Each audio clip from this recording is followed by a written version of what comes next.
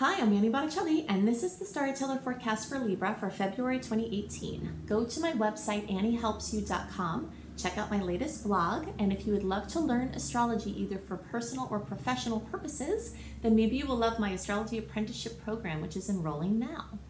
If you would love to have written horoscopes besides these videos that I do, I also am now writing short, concise written reports focusing on a different area of the chart that's being highlighted for you than I talk about in the videos. So you can see those at cozybysweetstarlight.com. So what's going on in this month? We still have lots of changes from the eclipses. We're kind of still getting warmed up in some ways. You could have started to see eclipse news come in as early as December. And now into January and then February, we have more strong eclipse energy. So the likelihood of notable eclipse-related events occurring are increased. The eclipse cycle for Leo and Aquarius started at the beginning of 2017 and runs into 2019. So it's like early 2019, but then there's a plus 4 to 6 months influence. So like at least the first half of 2019. So here at the beginning of 2018, where almost midway through a long-term cycle or story and a series of stories that have been going on. So really an eclipse-related event can happen at any time. I myself just had an eclipse-related event for this eclipse, this February 15th solar eclipse at 27 degrees of Aquarius. I had a major showing of that in the middle of December. That's 8 weeks beforehand. And that does happen. You know, we get stronger 4 to 6 weeks beforehand, but even 8 weeks or at any time, you can see movement along this continuum.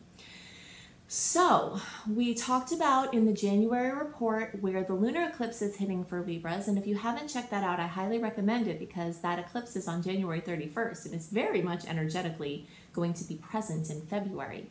But I broke it down so we could focus January on the lunar eclipse and its potentials. And now we're going to focus the February report on the solar eclipse and its potentials. So I'm calling the theme of the month for Libra, new love, passion, and fun.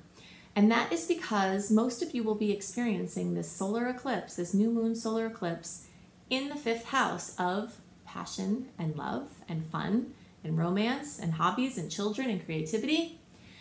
So when we have a new moon, we have a new opening of energy. This happens every moon cycle. But when we have a new moon that's also a solar eclipse, it brings extra oomph to those potentials, those radical new directions, those new openings. So the lunar eclipses tend to close something out or bring something to fruition, bring in an ending to it. And then the solar eclipse fills in that space that was cleared with new energy and new directions. So when we have the solar eclipse, like I said, it's like in triplicate. If it's a solar eclipse new moon, the energy is ×3. So either an extra big showing or multiple, like even 3 different manifestations of the potentials. Sometimes solar eclipses manifest in a very tangible way, like, wow, that wasn't here before, now it's here, the eclipse brought that in. Sometimes the eclipses work on more of a subtle level where you have to really look to see where the energies are being eclipsed out in different parts of your consciousness or different parts of your experience that might not be as evident.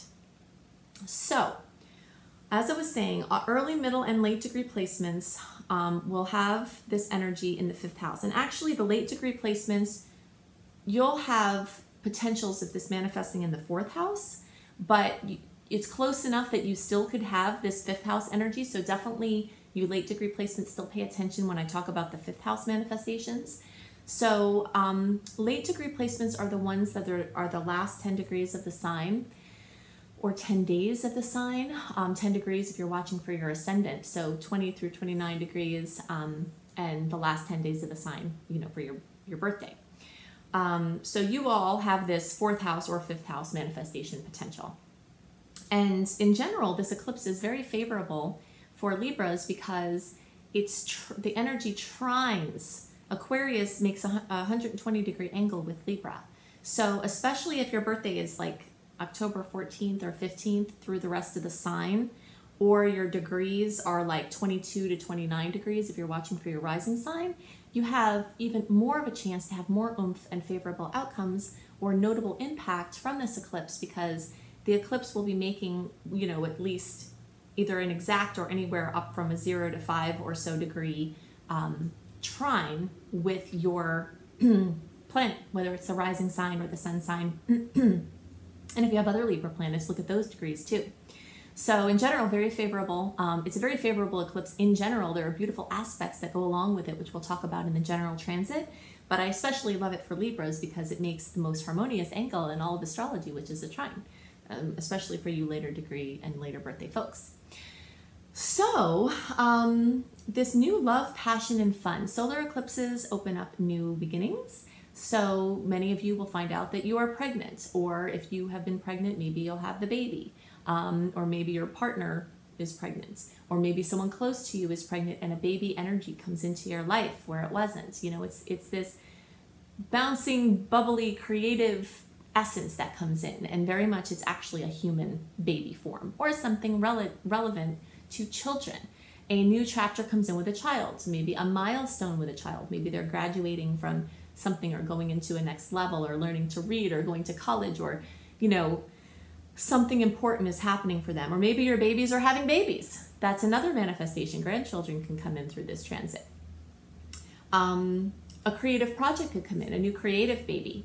Some people who have this energy, either a constant in their lives or coming in through a transit like this, don't have any child effect at all. But it could be a creative project, a burst of creativity, a new form of a hobby. You might find a hidden talent, or something that was fun for you could go to the next level of your using it. Anything that has to do with fun or hobbies could evolve into the next level. Also, this energy rules anything having to do with acting, modeling, athleticism, you know, being out in front of people, leading, you know, teaching, presenting, anything where you're at the center stage, basically. So there could be new opportunities there. And if that's your line of work, then there's definitely an increased probability that some activity will occur, some new opportunities there. There's also this energy, it's the house of true love. You know, the relationship houses are the 7th and 8th houses. Those are the more serious relationship energies. But the 5th house is the romantic, sizzling aspect of relationship, whether it's that aspect of a regular long-term relationship or whether it's the new part of what could become a long-term relationship, or whether it's just dating in general.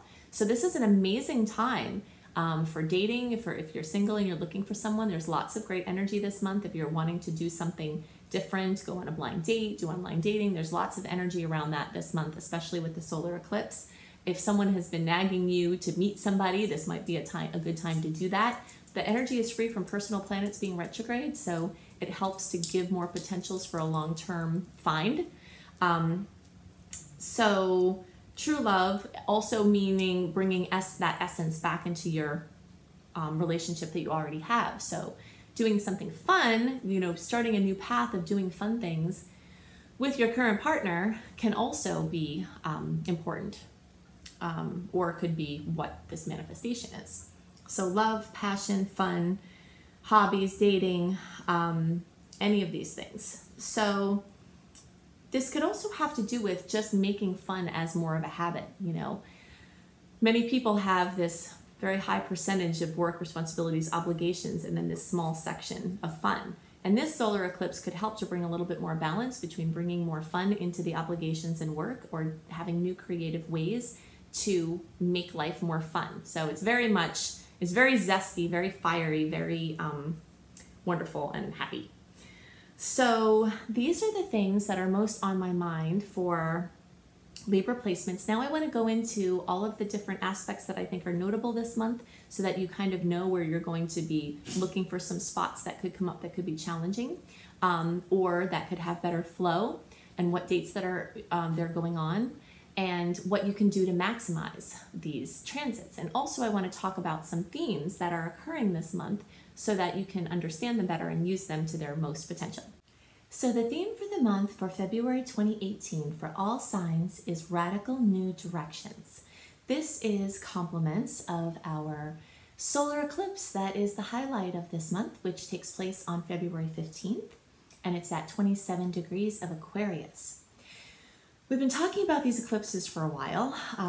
First of all, because as long as we are in an eclipse cycle, news can come in that is eclipse related. So that means from beginning of 2017 through well into 2019, movement along these Leo Aquarius fronts, so anything in the Leo and Aquarian realms, and anything along the houses where it's hitting for each sign, can come through at any point in the eclipse cycle. It's just when the actual eclipses are happening, and then the 4 to 6, even 8 weeks before, and in some cases after, they're like hot spots on a timeline of a story that is ongoing. So sometimes I get asked the question, can I have eclipse news come in sooner than 6 weeks before the actual eclipse? The answer is yes. I actually just myself this week had something very clearly, and I'm recording this in the middle of December, very clearly had a solar eclipse in February manifestation starting to come through in the middle of December. So the eclipse times and the times right before and after are hot spots where there's an increase in frequency of eclipse-related news. But if you look more closely, you'll see that this story that's going on is in motion behind the scenes to some degree for the whole time of the eclipse cycle. So, radical new directions for this period of time. We have major trajectory changes as a common outcome of eclipses. So we're remembering that an eclipse as an astronomical event takes place on one day. An eclipse as an astrological event is an ongoing cycle of a story. So we're looking for hot spots or major news or things to come through around eclipse time because the frequency and the probability is increased.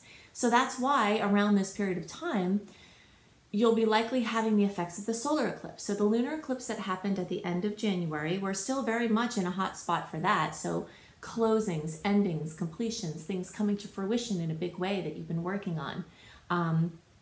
Those energies can still come into February, even though the highlight of the month astrologically is the new moon. So the new moon solar eclipse brings in new opportunities, new windows, new doors, new possibilities. And sometimes they're in line with things you've been working on, but sometimes they seem to come out of the blue. So look for this news, but usually it won't be too hard to find. But at the same time, sometimes there are things going on the more subtle levels that are only aware to the seeker. You know, if you're looking for it, you could go through an eclipse season and think, well, gosh, nothing happened at all. But if you're looking, if you're really looking, you'll definitely see at least subtle changes in the story that's going on. So there will be major impetus to move forward, and the stars are right in general for new directions because we don't have any personal planets retrograde this month of February. But at the same time, I describe a lot of what else is going on in February as mischievous. You know, there are aspects that can definitely serve as hindrances to moving forward. So while I'm giving you the report about this green light for moving forward, if you're intuitively not feeling like you should say yes to something or that you should do something, then you have to honor that. And there might be reality checks or things to make you look or dig deeper throughout this month. And we'll go into more details about each of those aspects and what days they are and what they can bring. But just to kind of understand this month better. Green light's on for moving forward, but lots of hindrances that could bring hesitation or doubt.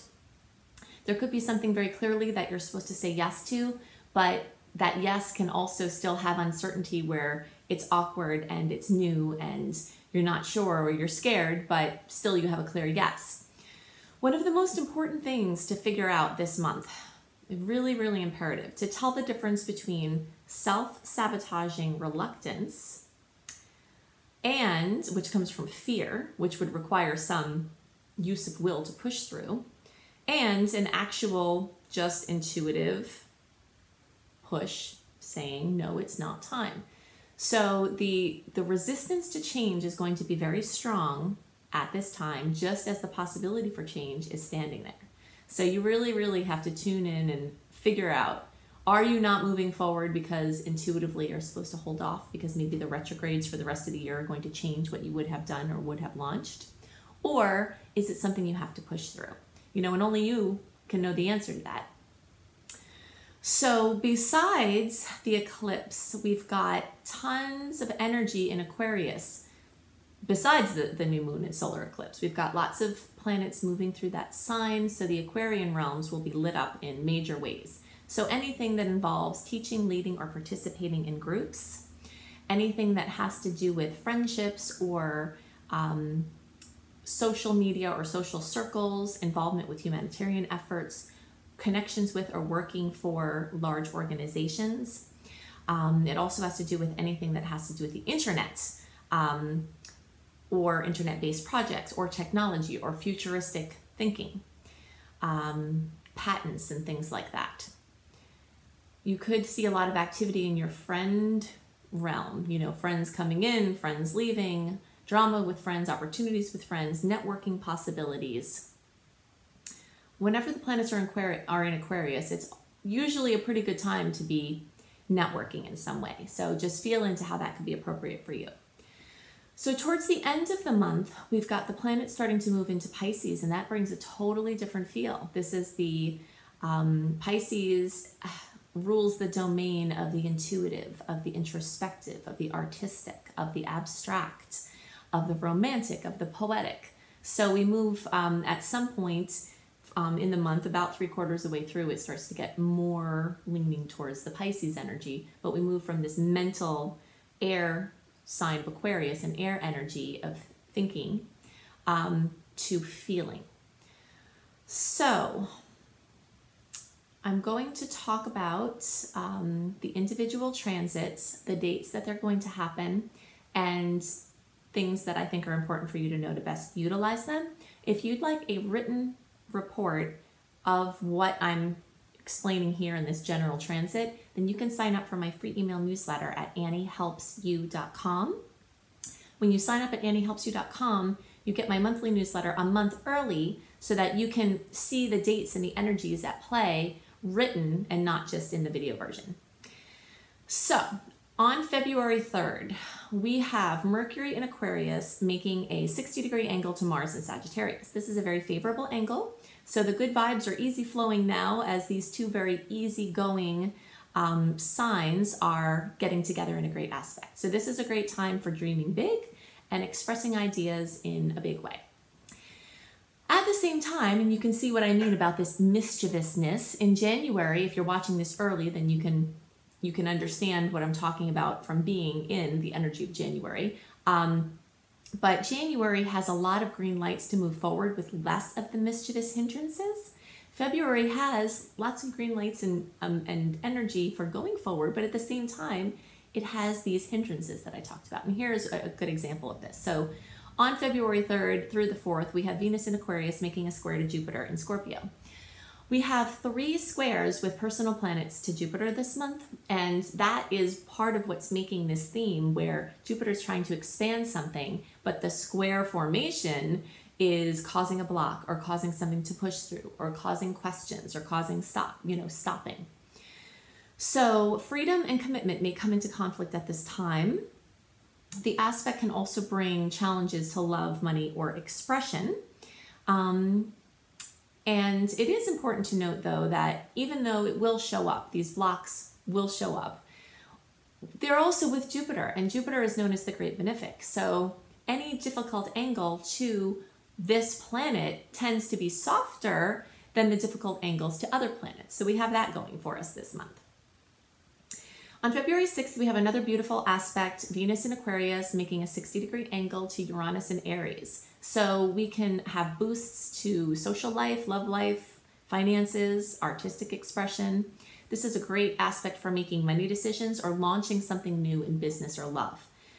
So whenever we've got, kind of these thumbs up, thumbs down energies that are rolling around each other as they tend to be, you sort of just have to feel your way through it, because I give you the date of February 6th that this aspect is happening, but you could feel this aspect and a green light days before or even after, because the expression of the aspect doesn't just happen on that day for most of these aspects. So, you just kind of have to know what's going on and then feel your way around and look for your own intuitive push for your striking points.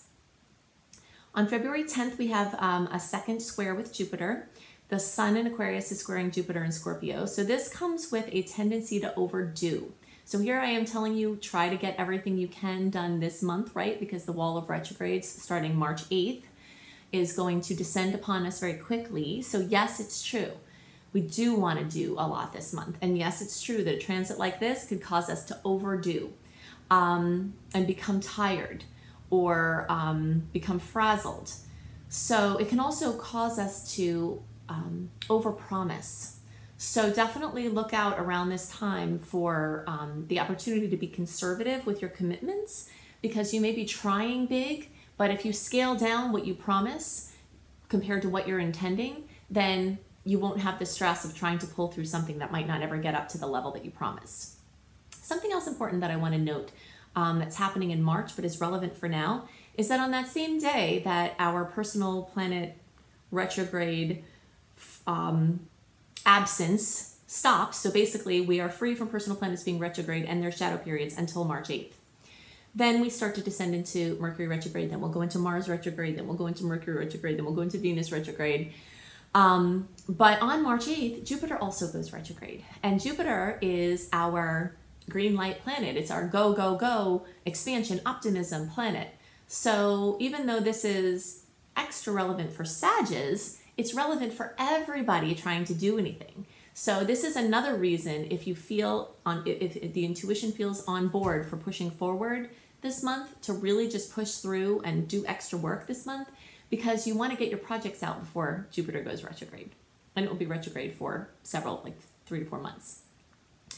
So February 13th, there is our third square to Jupiter, and this is in the form of Mercury and Aquarius making a square to Jupiter. So these energies combined can bring difficulty in concentration, which is even more challenging because this is a time when Mercury is squaring Jupiter. It's a time when the universe is asking you to pay more attention to the details that are involved in your big vision projects. So just at the time that you have to pay more attention to the details, you have a challenge in concentrating on the details. So it would be a good time to enlist some help with people who are really good at that, or just some extra eyes to support you.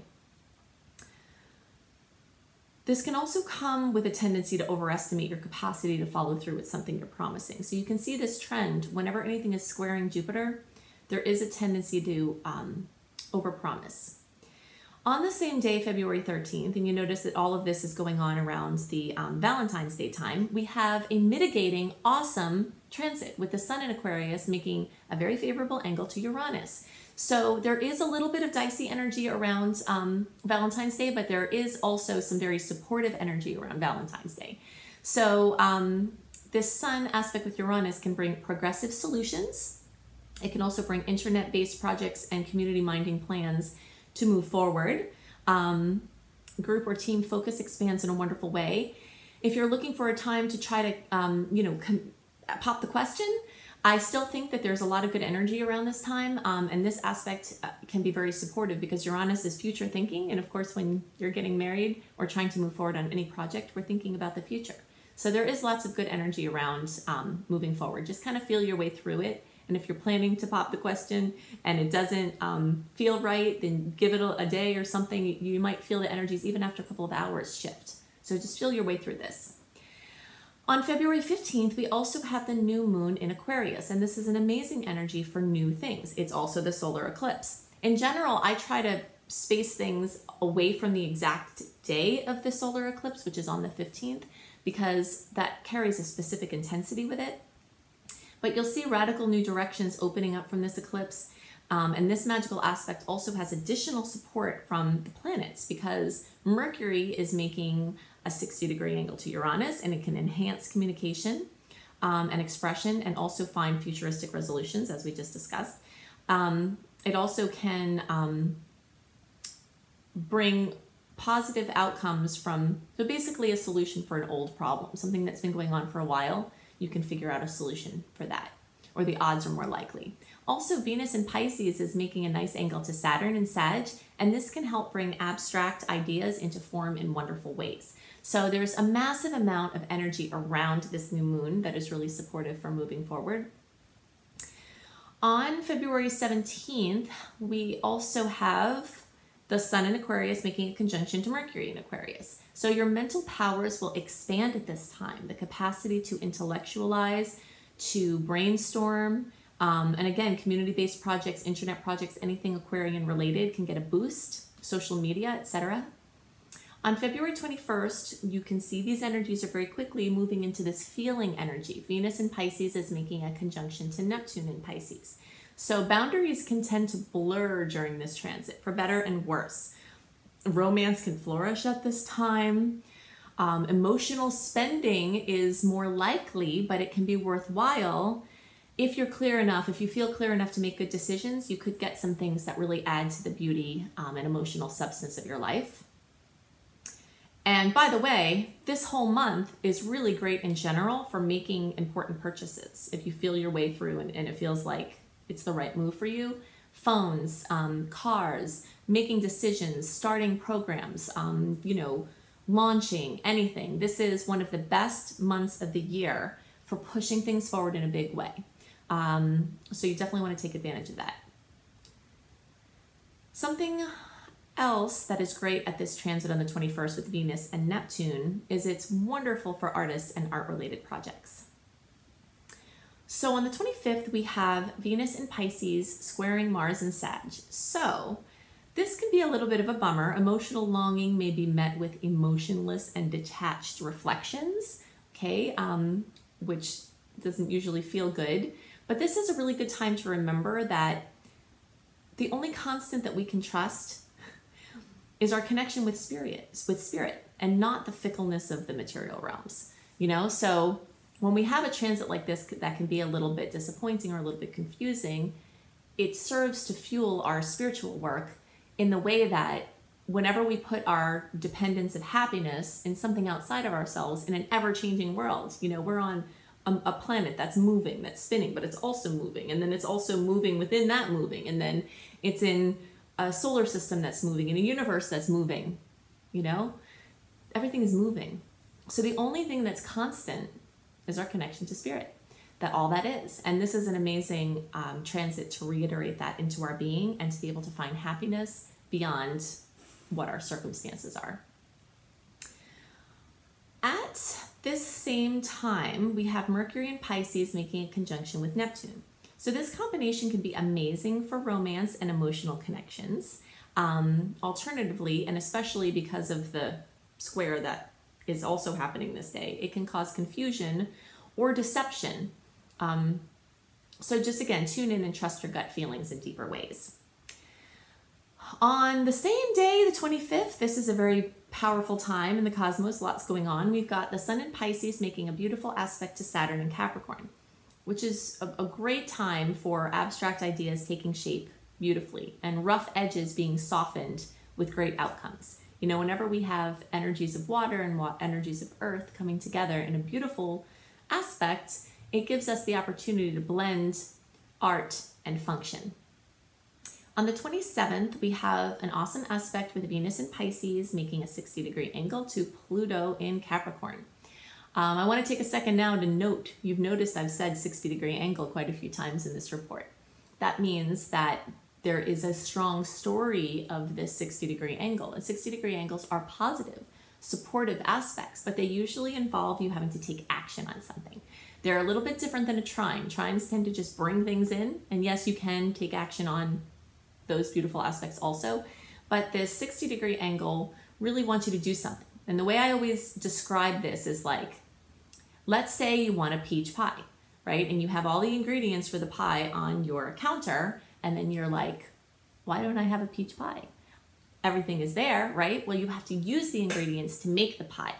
So you might have to do something active with these 60-degree angles to be able to get the better aspect, but they're full of opportunities. So on the 27th, we've got this Venus in Pisces 60-degree angle to Pluto in Capricorn. So again, you see this theme of artistic flow receiving great support, tangible support, material support. Look for ways to bring intuition and practicality together. So you've heard me say something like that a few times, and that's because of this blending of water energies and earth energies as a little bit of a pattern this month. On the 28th, we have Mercury in Pisces making a square to Mars in Sag. So be on guard for misunderstandings at this time. Unclear communications can bring challenges and conflicts, and it may be hard to express feelings at this time, or it could just be that deadlines could create creativity blocks. You know, Mars in Sag wants to go, go, go and be everywhere at the same time and do everything at the same time, but Mercury in Pisces is more of a slower, emotional, quiet, soft moving energy, you know? So whenever those two conflicting energies come in, you can see there might be some conflicts there. Also on February 28th, we have a beautiful aspect with Mercury in Pisces making a 60-degree angle with Pluto in Capricorn. So compassionate communication can result in great strides at this time. So adding art to function is a great way to use this energy also. I love the book, Marshall Rosenberg's book, Nonviolent Communication, for everything, for always. But when we have aspects or combinations like this where there's so much softness and feeling coming into connection with a different type of energy, you know, the more we can tune in and really put ourselves in the place of someone that we're communicating with and look at it from their perspective, there's a tremendous amount of healing that can occur with that.